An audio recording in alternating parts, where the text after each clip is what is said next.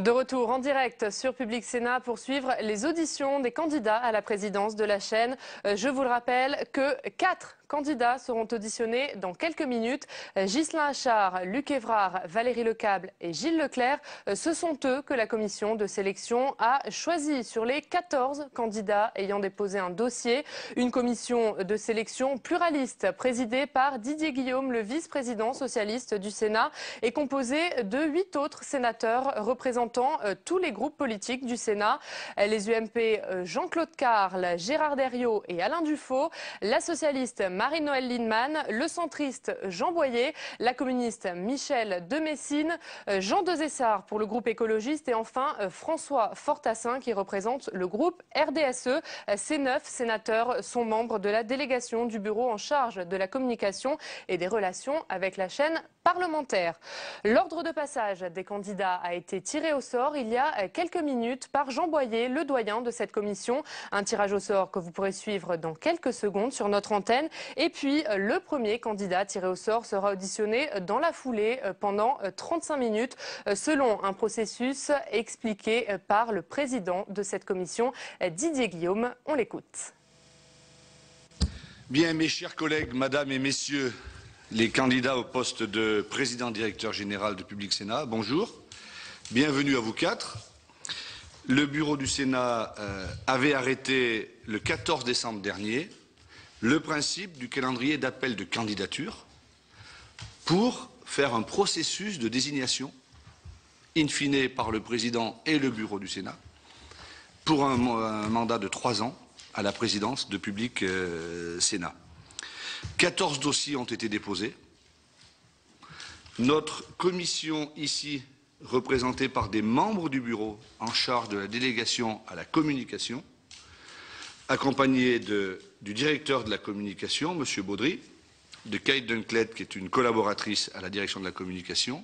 Cette délégation a travaillé sur ces 14 dossiers. Nous en avons retenu 4.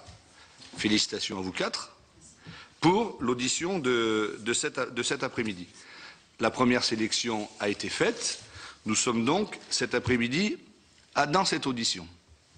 Sont auditionnés, je le dis pour les téléspectateurs et ceux qui suivent cela sur le site, puisque nos auditions sont retransmises en direct, sont sélectionnés pour l'audition de cet après-midi par ordre alphabétique M. Ghislain Achard, M. Luc Évrard, Mme Valérie Lecable et M.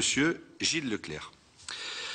Dans un premier temps, nous allons procéder à un tirage au sort, l'ordre de passage de vos auditions. Ensuite, le premier restera, les 3 autres seront accompagnés dans un lieu où vous pourrez attendre votre tour. Je veux repréciser ici que cette audition, à l'issue de cette audition, un rapport sera fait au président du Sénat qui, lors d'un bureau du mois de mai, choisira et désignera le président directeur général de notre chaîne. Vous êtes tous les 4 sur le même pied d'égalité à l'heure où nous sommes. Charge à vous, dans l'audition de cet après-midi, nous avons étudié vos dossiers, de faire la meilleure prestation pour guider notre choix. Mais nous tenions tous à vous le dire, cette audition, elle est ouverte. Il y a un président sortant, il y a 3 autres candidats. Peut-être le président sortant sera reconduit, peut-être sera-t-il un autre candidat. Charge à vous de faire le travail que vous avez à faire cet après-midi. Je vais donc demander à Kate Dunclet de passer l'urne à notre plus jeune doyen de l'après-midi, qui est le sénateur Jean Boyer, qui va tirer l'ordre des candidats, de passage des candidats aux auditions. Mon cher collègue, allez-y. Monsieur le Président, Mesdames, Messieurs, j'ai un privilège relatif, mais heureusement qu'il est éphémère. C'est une des premières fois de ma vie qu'après les engagements dans ma jeunesse, je me trouve le doyen. Ça, c'était le préambule. Et donc, je vais plonger ma main dans l'urne et je vais, après avoir ouvert le bulletin, dire que le premier candidat, c'est M. Ghislain Achard. Merci. Deuxième candidat auditionné.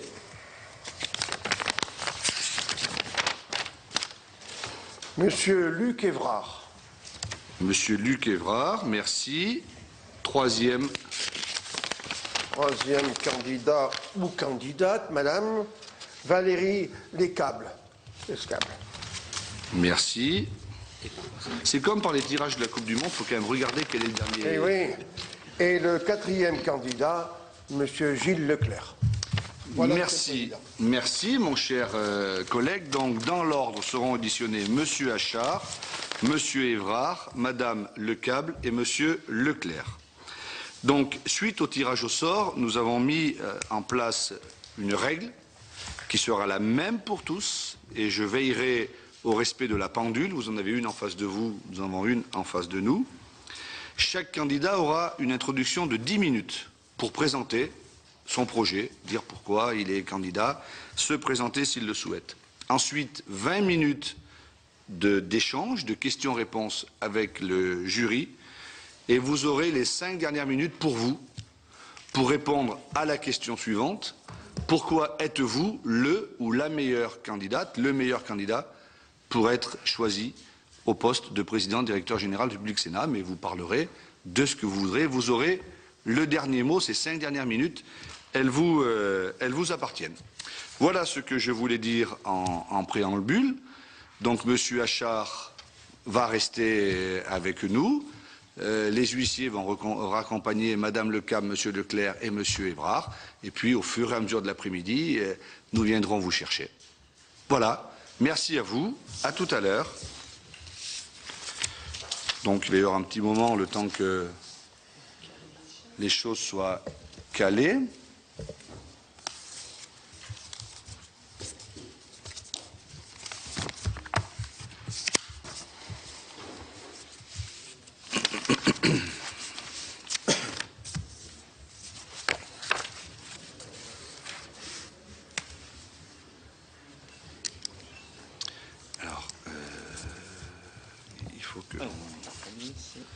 Donc si on dit qu'on commence à 5, là. 5, d'accord. Donc ça fait 15h05, 15h15. Bien, Monsieur Achard, bonjour. Vous avez donc 10 minutes à vous pour vous présenter votre projet et je vous cède bien volontiers la parole. Merci. Merci, Monsieur le Président. Mesdames les sénatrices, Monsieur le Sénateur, tout d'abord, je voulais vous dire que j'étais très honoré et très touché, très ému d'être auditionné par vous aujourd'hui. La semaine prochaine, Public Sénat va fêter sa 12e année. C'est grâce à ses initiateurs et à ses équipes aussi, d'importants progrès ont été réalisés depuis sa naissance. Aujourd'hui, je pense que plus personne ne remet en cause ni l'existence ni même l'utilité de Public Sénat. Au contraire, l'extension de la TNT a permis que Public Sénat soit maintenant reçu dans tous les foyers, en tout cas en métropole. Mais il faut quand même néanmoins reconnaître que Public Sénat n'a pas encore atteint l'aura et la place qu'elle devrait avoir. À cela, je vois 2 raisons. La première, c'est une identité, une image encore trop floue. La deuxième, un manque de modernité, alors que le Sénat s'est lui-même engagé ces dernières années dans un processus de modernisation. Les 3 années qui viennent vont être déterminantes. En effet, elles se situent dans un contexte de crise majeure, avec des contraintes budgétaires très fortes. Pour Public Sénat, en plus, ce sera une période de plus grande intensification de la concurrence, avec l'arrivée de 6 nouvelles chaînes de la TNT dès la fin de cette année. C'est pourquoi je vous propose un projet global qui repose sur 4 axes stratégiques. Le premier axe, c'est de rendre plus attractive l'antenne de Public Sénat, de dynamiser ses programmes et de s'efforcer de rajeunir son public. Public Sénat ne doit pas être une chaîne d'information comme une autre. Et dans un univers de plus en plus concurrentiel, elle doit afficher une identité très forte. Je pense qu'il faut revenir aux fondamentaux qui sont inscrits dans la loi, qui ont fixé ses missions. En particulier, sa mission et son devoir de pédagogie. Elle ne peut pas se contenter d'informer, elle doit aussi donner les clés pour comprendre. Elle doit être la chaîne du décryptage de l'actualité. Elle a aussi pour rôle de montrer et d'expliquer à nos concitoyens le fonctionnement et l'utilité de nos institutions républicaines, et en particulier celui du Sénat. D'une façon générale, c'est le traitement du fond des sujets qui doit être l'ADN de Public Sénat, à travers tous ses programmes. Pour mieux assurer ces missions, je vous propose de renforcer son identité et d'élargir son horizon. Tout d'abord, élargir son horizon vers les territoires, le régional, le local, y compris l'outre-mer. Je fais le constat que la chaîne est souvent trop parisienne dans ses préoccupations et aussi dans le choix de ses invités. Aussi, je souhaite qu'elle sorte plus souvent de ses plateaux parisiens pour aller à la rencontre des territoires que vous représentez. Cette orientation se traduira par un rééquilibrage avec plus de reportages sur le terrain. Ce sera aussi l'occasion de mettre en valeur des expériences réussies sur le terrain, comme par exemple dans le domaine de l'emploi, de l'intégration, du développement durable ou de la formation. Cette volonté d'aller au-devant du public passera aussi régulièrement par l'installation de l'antenne pendant une journée dans une ville régionale, quelques fois dans l'année. Cette opération devra se faire en partenariat avec les médias régionaux, en particulier la PQR, pour lui donner plus de visibilité et plus de moyens. La vocation de Public Sénat, c'est aussi de montrer et d'expliquer le travail des sénateurs, que ce soit au Parlement ou sur leur territoire. C'est pourquoi je souhaite relancer les portraits de sénateurs en situation et sur le terrain. La retransmission des travaux en séance et leur accompagnement explicatif restent indispensables. Mais par ailleurs, il me semble que les travaux dans les commissions constituent un fonds inexploité aujourd'hui. Sauf s'il s'agissait de travaux à huis clos, je pense qu'un travail éditorial et de montage pourrait transformer ce matériau en document diffusable sur l'antenne de la chaîne ou sur le site de Public Sénat. Pendant les 3 années de mon mandat, si vous me choisissez, je donnerai comme objectif aux équipes que l'ensemble des 348 sénateurs puissent passer sur notre antenne, dans les émissions ou dans les journaux. Je souhaite également que soit organisé quotidiennement sur le site un débat avec les internautes sur un sujet donné auquel tous les sénateurs pourront participer de façon prioritaire. Élargir l'horizon, c'est aussi aller chercher d'autres publics avec d'autres types de programmes. Dans cette perspective, je citerai parmi mes propositions créer un grand rendez-vous politique en fin de semaine et pour le démarquer de ce qui existe et aussi, là encore, se rapprocher des territoires, je propose que ce soit un club de la presse régionale, monté là aussi en partenariat avec des médias régionaux, la PQR ou le réseau Radio Bleu de Radio France.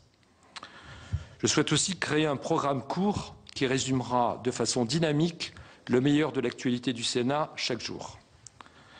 Enfin, je pense qu'il faut programmer quelques soirées thématiques où certains films ou séries politiques ou historiques serviront d'introduction à un débat. Enfin, je veux mettre à l'antenne une émission pédagogique, mais ludique, afin de donner le mode d'emploi des institutions de la République aux adolescents et aux préadolescents.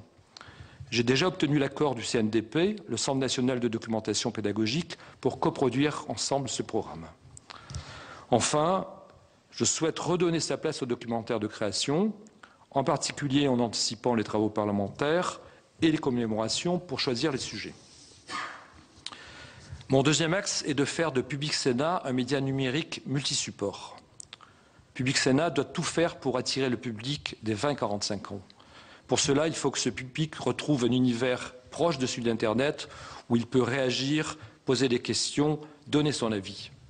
C'est pourquoi je souhaite recourir beaucoup plus fréquemment aux outils d'interactivité à l'intérieur même des émissions. L'objectif stratégique est d'accompagner le public dans son changement de mode de consommation des programmes. Certains vont continuer à regarder Public Sénat dans sa continuité, mais d'autres, de plus en plus nombreux, surtout parmi les plus jeunes, souhaitent regarder l'émission de leur choix quand ils le veulent et sur l'écran le plus souvent mobile qu'ils choisissent. Dans cette perspective, j'aurai 3 priorités. Premièrement, moderniser le site et le portail de vidéo à la demande. Deuxièmement, revoir l'application pour les smartphones comme l'iPhone. Troisièmement, développer une application adaptée aux tablettes comme l'iPad. Ces applications doivent être simples et favoriser les images de la chaîne plutôt que de proposer un fil d'information qui est déjà largement disponible sur d'autres sites. Personne ne peut nier aussi le développement incroyable des réseaux sociaux. Aussi, il me paraît indispensable d'organiser la communauté de tous ceux qui regardent, consultent ou s'intéressent à Public Sénat autour d'un club qui aura ses services et ses bonus spécifiques. En matière de développement, il faut aussi nous préparer au passage à la haute définition. Il va devenir le standard de diffusion d'ici 5 à 8 ans. Il nous faut donc chiffrer ce plan et commencer à prendre des initiatives en termes techniques et en termes d'achat de programmes. Enfin, je voudrais attirer votre attention sur le retard important pris en matière de sous-titrage pour les malentendants. Il faudra faire aussi un plan de rattrapage sur plusieurs années, mais Public Sénat se doit d'être exemplaire sur ce sujet, comme elle doit l'être sur le plan de la parité homme-femme, de la représentation de la diversité des territoires et des origines, ou sur le pluralisme. Mon troisième axe est d'améliorer les relations avec LCP, Assemblée nationale, et viser, si possible, à une coopération entre les deux chaînes. Il suffit de regarder la chaîne pour constater des dysfonctionnements souvent fréquents. Des coupures brutales d'émissions en direct, des doublons d'émissions ou d'invités le même jour ou la même semaine.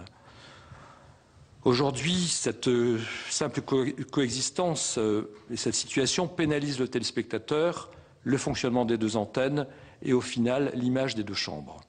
Si je suis désigné par vous, dans le strict respect de l'indépendance éditoriale de chacune des chaînes, je proposerai d'ouvrir rapidement des discussions avec LCP-AN pour la mise en place d'instances régulières de concertation, des réunions semestrielles pour le niveau stratégique, c'est-à-dire la ligne éditoriale, les développements techniques, certaines coproductions, des réunions hebdomadaires ou bimensuelles pour l'opérationnel, la coordination des contenus, la programmation, la communication.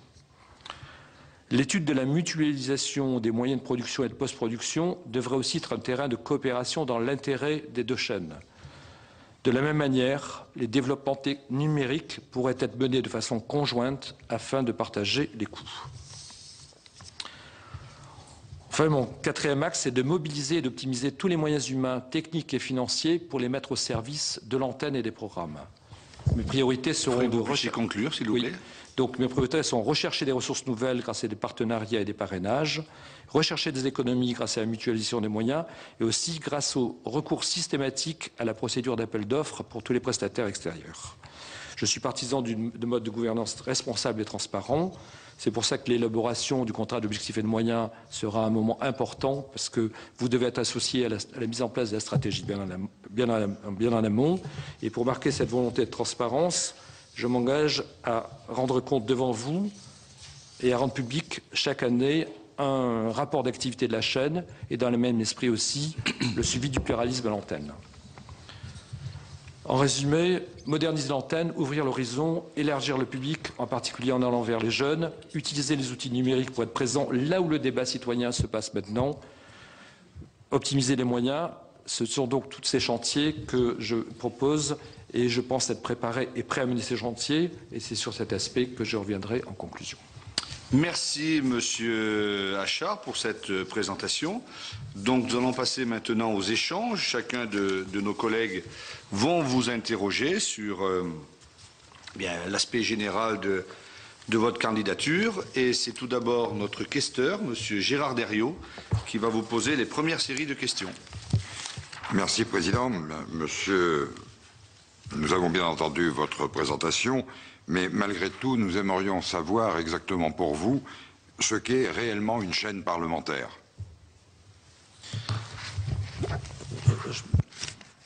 Vous avez raison. Je pense que quand je parlais de préciser et d'avoir une identité forte, c'est effectivement de ça dont je voulais parler. Une chaîne parlementaire, tout d'abord, ce n'est pas simplement une chaîne d'information. Une chaîne d'information, elle est à la recherche en permanence de l'actualité. Et je pense que Public Sénat se perdrait un petit peu en faisant la course derrière les chaînes d'information, surtout en n'ayant pas les mêmes moyens financiers. Deuxièmement, justement, ce qui caractérise une chaîne comme Public Sénat, c'est justement qu'elle soit parlementaire, c'est-à-dire cet aspect pédagogique de faire comprendre comment fonctionne notre République, aussi d'expliquer, par rapport aussi à ces chaînes d'information qui sont souvent dans l'immédiat, la vocation de Public Sénat, pour moi, c'est de prendre le recul nécessaire de comprendre les choses, de revenir sur l'événement quand c'est nécessaire pour donner les clés de compréhension de ce qui se passe dans notre monde.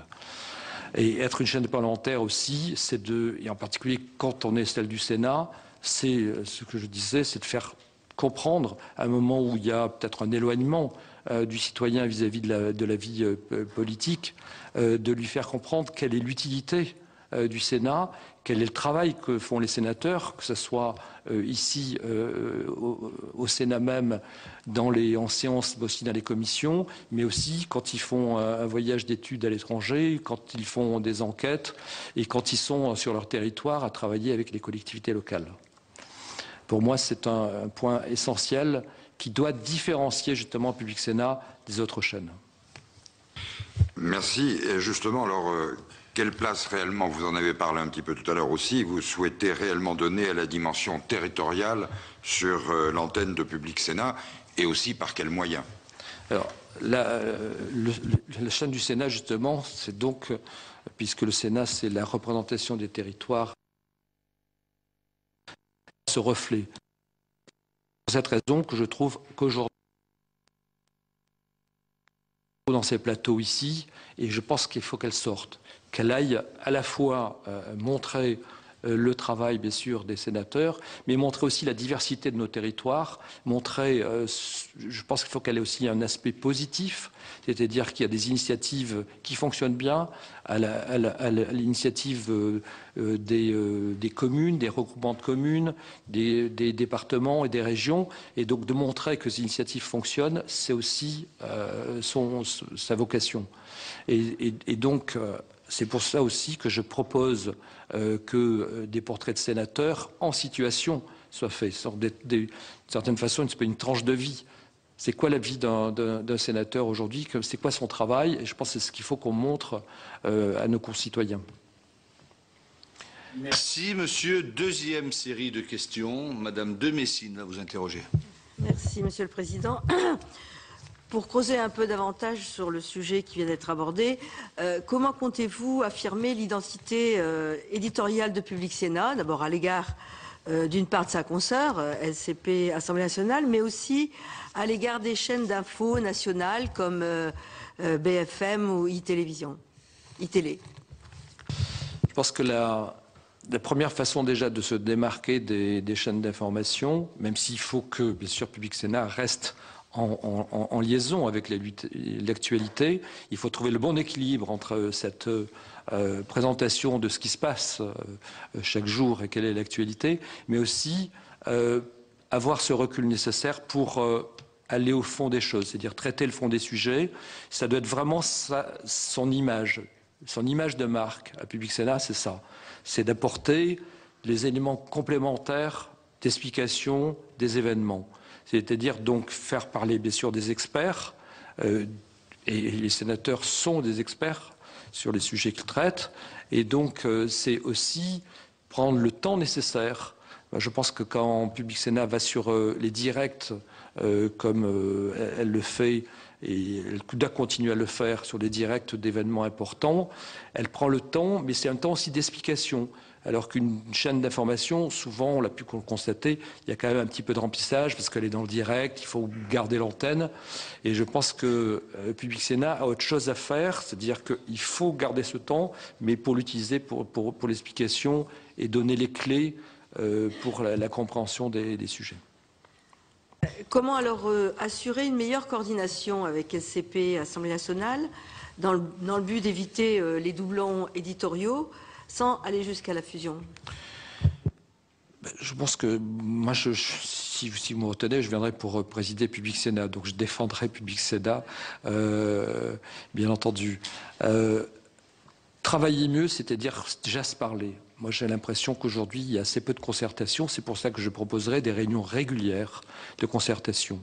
Il faut que les équipes se parlent, et les présidents et les équipes se parlent, et que chaque semaine ou tous les 15 jours, on puisse faire un planning de ce qui va se passer sur les deux antennes.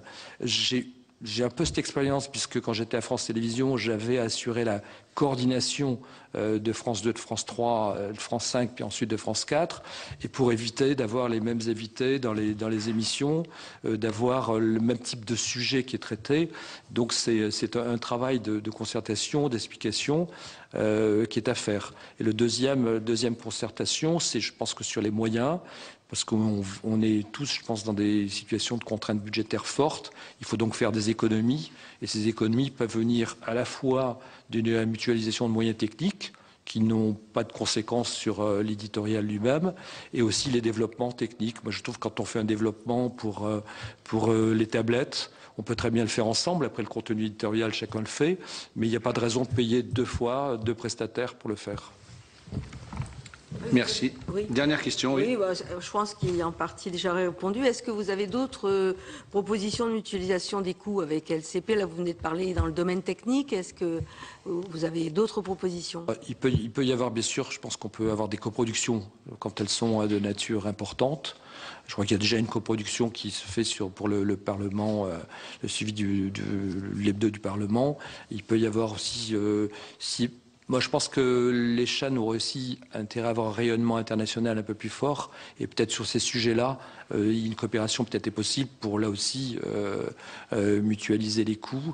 S'il faut suivre un grand événement comme l'élection américaine, par exemple, je pense que c'est l'occasion de partager les coûts et d'avoir des équipes techniques communes. Merci. Je crois qu'il faut bien tenir notre timing. Troisième série de questions, le sénateur Dufaux. Merci, Président. Monsieur Achard, vous avez dit dans votre introduction que notre chaîne manquait de modernité. Vous avez certainement raison. Mais alors, comment comptez-vous inscrire la stratégie numérique de notre chaîne dans l'avenir technologique du paysage audiovisuel français? Parce que c'est ça, peut-être, le manque de modernité. Oui, vous avez raison. Je pense que cette modernité va nous amener aussi à ce public plus jeune, qui sinon ne viendra pas sur Public Sénat. Aujourd'hui, il y a toute une génération qui regarde la télévision, mais qui en même temps tweet ou qui regarde ses messages sur sa tablette ou sur un téléphone mobile. Et donc, il faut que nous intégrions ces types de communication à l'intérieur même des émissions. C'est-à-dire qu'il faut, dans certains nombre d'émissions, pouvoir offrir la possibilité à celui qui nous regarde de s'exprimer de son avis. Mais pas seulement, il faut aussi qu'il puisse partager, c'est-à-dire que ça se fait beaucoup maintenant dans les réseaux sociaux, c'est-à-dire qu'on aime une émission, donc on considère qu'on l'aime, donc on le dit à tout son réseau amical, et donc c'est comme ça que ça fonctionne. Il y a aussi une adaptation en permanence. Je pense qu'il y a 3 ans, on ne connaissait pas Twitter, l'iPad était encore peu développé, et donc il y a une nécessité comme ça de se préparer. Je pense que la deuxième vague qui va arriver importante, ça va être la télévision connectée, et donc il faut s'y préparer. C'est-à-dire que il faut faire des expérimentations avec les industriels. On ne peut pas être pionnier parce qu'on n'aura pas la force de TF1 ou de France Télévisions pour être pionnier, c'est-à-dire pour vraiment être celui qui va décider du standard. Aujourd'hui, il y a une bagarre entre 2 standards sur la télévision connectée, donc c'est pas Public Sénat qui va pouvoir faire pencher la balance. Mais par contre, il faut monter dans les bons trains, il faut y aller tout de suite, il faut nouer des partenariats industriels avec les opérateurs de télécommunications et les opérateurs d'Internet pour être présent dans ce domaine où d'ailleurs le débat citoyen aujourd'hui il se passe beaucoup sur Internet et sur tous ces types de réseaux. Donc c'est une chance pour Public Sénat puisqu'on parle de politique. Donc il faut absolument qu'on soit là. Ouais. Vous avez tout à fait raison. Bon, on est conscient qu'il faut toucher davantage un public beaucoup plus jeune et que c'est un des manques de notre chaîne, c'est évident. Internet, bien évidemment, c'est l'outil majeur pour essayer d'attirer les jeunes. Mais comment on peut alors améliorer le site Internet du Sénat? Le site Internet, écoutez, je trouve que là... Pour approcher les jeunes. Hein, oui, le moderniser, ce serait déjà... Excusez-moi, le site Internet de Public Sénat. Public Sénat, pas le site du Sénat. Non, je parlais bien de celui de Public Sénat. Je pense que Il faut d'abord qu'il soit un petit peu plus simple. On s'y perd un petit peu aujourd'hui. Donc il faut plus de simplicité, il faut qu'il soit plus fluide, plus accueillant. Deuxièmement, quand on lance par exemple les vidéos pour regarder des émissions, le système technique n'est pas le meilleur. Il faut remettre le son, il faut, il y a beaucoup de choses qui sont améliorées dans le sens d'une fluidité, je trouve surtout. Voilà, c'est pour ça que... Bon, mais ça c'est le problème d'adaptation en permanence. C'est peut-être l'époque à laquelle il était fait. Il était peut-être à jour à ce moment-là, mais je pense qu'il faut sans cesse remettre ça en question. Merci. Quatrième série de questions, Monsieur Jean Boyer. Oui, je voudrais vous demander, après avoir lu votre présentation, vous évoquez comme thème principal, je dirais, un projet moderne et ambitieux. C'est valorisant parce que si l'homme n'a pas d'idéal, il lui manque quelque chose. Comment voyez-vous, dans ce contexte difficile, quelle priorité y donnerez-vous en tenant compte des difficultés économiques? Donc, effectivement, d'abord, tout ce que je propose doit s'inscrire dans le budget de Public Sénat. Ça, c'est la raison.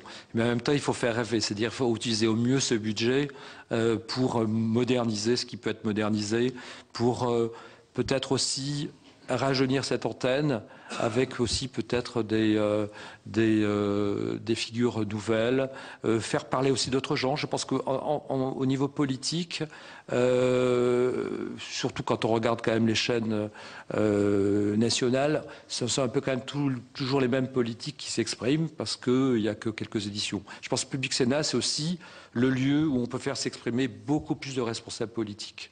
Et donc, ouvrir un peu là aussi l'horizon pour montrer qu'il se passe des choses au niveau local en particulier. Si le Président le permet, je vais prolonger d'une façon très synthétique en disant comment pensez-vous classer les priorités? Comment réhabiliter aussi, c'est une question que je ne considère pas pertinente, je vous laisse le soin de la juger, comment réhabiliter un peu ce monde politique qui est accusé, souvent à tort, de s'insérer dans une société un peu malade? Mes priorités, par exemple, d'ici la fin de l'année, je pense qu'à l'antenne, il faudra mettre en place cette émission que je propose pour les jeunes, pour les adolescents et les préadolescents, parce que il faut l'éducation civique, c'est important. Il faut remettre ça au goût du jour. Et c'est une façon peut-être ludique de le faire, avec un programme court, et donc montrer comment fonctionne la République, à quoi ça sert, et que les responsables politiques, quel rôle ils jouent exactement dans notre société. Et je pense que souvent, c'est une seule facette qui est donnée, et il faut montrer exactement. C'est pour ça aussi que les portraits de sénateurs, c'est aussi une façon de montrer exactement ce qu'ils font. C'est-à-dire que si vous suivez quelqu'un qui est en train de travailler, on va voir exactement comment il agit avec les collectivités locales, quel est son impact, quelle est son influence, qu'est-ce qu'il peut faire réellement, de quel sujet il se préoccupe, comment il est en contact avec la population et qu'est-ce qu'il fait pour cette population. Et donc je pense que c'est un travail peut-être de longue haleine, hein, peut-être à faire, mais je pense que c'est pour ça que Public Sénat est un outil formidable. Merci, Monsieur Achard. Il me revient de poser la dernière série de questions. Questions rapides, peut-être un peu percutantes. Vous répondez plus rapidement que vous ne l'avez fait jusqu'alors. C'est le but du jeu. Ma première question sera la suivante. Pensez-vous que ce soit un handicap ou un inconvénient de diriger une chaîne et de n'être pas journaliste ? Je pense que pour diriger une chaîne, il faut connaître la programmation, il faut connaître les programmes, il faut connaître l'antenne, il faut diriger des équipes, il faut gérer des budgets, il faut gérer le social, il faut monter des partenariats, monter des développements numériques, etc. Donc je pense que on peut être journaliste, c'est pas un handicap d'être journaliste, mais je pense que c'est pas non plus un handicap de ne pas l'être, parce que je pense que si un journaliste devient président de Public Sénat, il doit oublier d'une certaine façon son métier de journaliste. Vous avez évoqué le fait que Public Sénat n'était pas une grande chaîne d'information, comme les autres. La question de notre collègue a été posée, c'est une chaîne parlementaire. Vous y avez d'ailleurs répondu à peine sur la définition de chaîne parlementaire.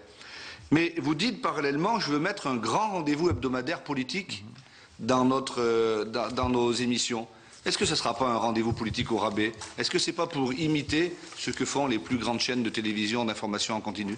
Non, parce que je pense que ce rendez-vous politique, il doit, comme je l'ai dit, c'est un club de la presse régionale et donc il doit mettre un focus sur soit l'actualité nationale ou internationale vue d'une certaine région, soit des problèmes spécifiques à la région sur le plan politique, économique ou social, et en faisant participer des élus de cette région.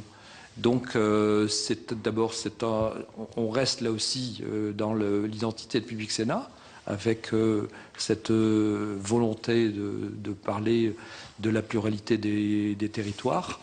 Et on est dans une approche différente de celle des chaînes de rendez-vous politiques, parce qu'il y aura cette tonalité. Et je pense qu'avec des bons journalistes et des bons participants à cette émission, il n'y a pas de raison de faire une émission au rabais. Vous avez évoqué quelque chose qui nous tient à cœur, les projets, les portraits de sénateurs, le fait de remettre le Parlement, les parlementaires au cœur de cette télé. Un point qui nous semble quelque chose que vous avez évoqué, que vous pourriez détailler un petit peu sur l'aspect territorial. Vous avez dit nous allons aller dans les régions. Est-ce que vous pouvez préciser un peu comment et pourquoi faire? Je pense qu'il faut plus de reportages, effectivement. Je vous le disais, puis il faut aussi, je pense qu'il faut aussi quelque chose de positif dans cette chaîne. Il faut montrer quand même qu'il y a des choses qui fonctionnent dans notre pays, qu'il y a des initiatives qui sont issues justement du monde politique, des initiatives politiques au niveau local et régional qui fonctionnent dans beaucoup de domaines, dans le domaine culturel, mais dans le domaine aussi social ou économique. Et donc, il faut que ça soit présent à l'antenne. Alors, ça sera présent sous forme de reportages, de documentaires, de débats aussi, mais c'est cette richesse de cette vie qui est l'ensemble du territoire, sans oublier d'ailleurs l'outre-mer, qu'il faut montrer. Et je pense que ensuite, je pense que pour qu'une chaîne fonctionne bien, pour qu'une télévision fonctionne bien, je ne crois pas que le téléspectateur maintenant zappe comme ça en permanence d'une chaîne à l'autre, qui regarde un peu n'importe quoi. Je pense qu'il a quand même quelques a priori avant. Quand il va sur TF1, il sait à peu près ce qu'il va trouver. Il faut qu'il sache à peu près ce qu'il va trouver quand il vient sur Public Sénat, et c'est pour cette raison qu'il viendra. Vous avez un objectif d'attirer un nouveau public et des jeunes, mais les jeunes zappent tous les jours. Comment vous les faites venir sur Public Sénat? Parce que justement, il faut que sur leur réseau, ils puissent entendre dire qu'il s'est passé quelque chose sur Public Sénat. Il faut qu'on puisse faire en sorte qu'il se passe des choses importantes au Sénat, parce qu'on l'aura répercuté, ou sur Public Sénat. Et c'est une façon de les faire venir. Il faut aussi qu'ils puissent, parce que maintenant, ils ont pris cette habitude, ils ont pris un pouvoir, de certaine façon, sur les réseaux Internet et autres. Maintenant, on donne son avis, on débat avec l'autre, on pose des questions. Il faut qu'il puisse le faire. Et s'il ne peut pas le faire, s'il est face à une télévision où il ne peut pas le faire, face à un média qui est un peu à mur, il ne viendra pas. Donc je ne dis pas que c'est facile de faire revenir les jeunes, mais si on n'a pas au moins ce dispositif minimum, ce qui est certain par contre, c'est qu'ils ne viendront pas. Vous avez de grandes ambitions, notamment le projet numérique qui est très important. La dernière question est la suivante. Elle vous a été déjà posée tout à l'heure.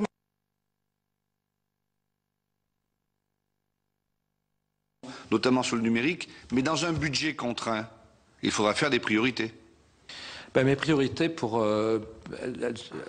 sur le numérique en particulier, je pense que la priorité, je vous dis, c'était quand même de revoir le site et le fonctionnement de la vidéo à la demande. Je pense que c'est quand même un budget raisonnable. Les applications pour iPhone ou tablette type iPad, elles existent déjà sur LCP Assemblée nationale, donc il n'y a pas de raison qu'il ne soit pas à la portée. Vous tiendrez le budget avec toutes ces nouvelles propositions? C'est en tout cas l'ambition que j'ai. Je suis toujours dans la situation du candidat qui n'est pas en situation et qui n'a pas tous les éléments non plus pour le dire. Mais en tout cas, sur les 3 années du mandat, ce sont ces priorités qui seront à faire. Merci, Monsieur Achard. Voilà la fin de nos questions. nous avons légèrement débordé. Il vous reste 3 minutes 30 au lieu de 5 minutes. 3 minutes 30.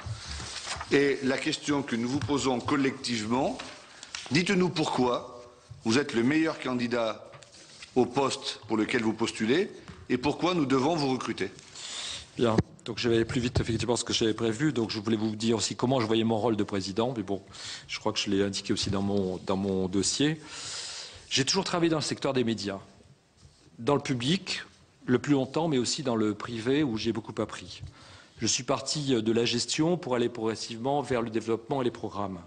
À France Télévisions, en plus de ma fonction de directeur général, j'ai été chargé de dossiers difficiles que j'ai menés à bien, l'intégration de France 5, puis de Radio France Outre-mer dans le groupe, la mise au point de la chaîne d'information internationale qui est devenue France 24, l'exécution d'un grand plan d'économie, 50 millions d'euros chaque année, la négociation d'accords d'entreprise, le lancement de la TNT.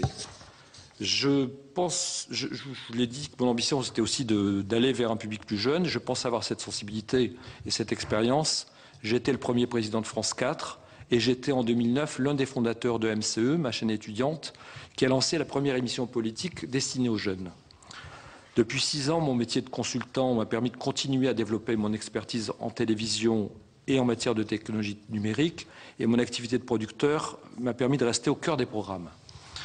Ce parcours me permet d'appréhender toutes les facettes de l'activité d'une télévision et de ses prolongements technologiques, ainsi que de la gestion d'une entreprise.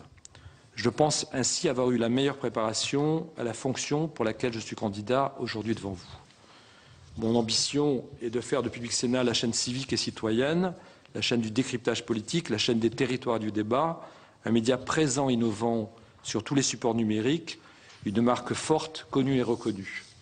Si vous me choisissez, j'apporterai mes idées, mon expérience et mon expertise de dirigeant de télévision, toute mon énergie et mon enthousiasme au service de cette exigence qui est de faire de Public Sénat une référence d'innovation et de qualité, comme vous l'avez souhaité en la créant. Merci, Monsieur Achard, pour cette audition. Je pense que le jury vous remercie par ma voix. Donc, nous allons continuer les auditions et, comme vous le savez, la décision sera prise dans le courant du mois de mai. Merci à vous. Merci, monsieur. Vous avez donc suivi l'audition de Ghislain Achard. L'ancien directeur général de France Télévisions était donc le premier à s'exprimer devant la commission de sélection des candidatures. 3 candidats vont encore être auditionnés par cette commission. Des candidats qui, eux, n'ont pas pu suivre l'audition de Ghislain Achard puisqu'ils sont isolés dans un bureau à quelques mètres de la salle Clémenceau où ont lieu ces auditions. Ils ne peuvent donc ni voir ni entendre ce qu'il se passe à l'intérieur de cette salle et ce, bien sûr, afin de respecter le principe d'égalité entre les candidats. Je vous propose donc de suivre la deuxième audition, celle de Luc Évrard. Monsieur Évrard, bonjour.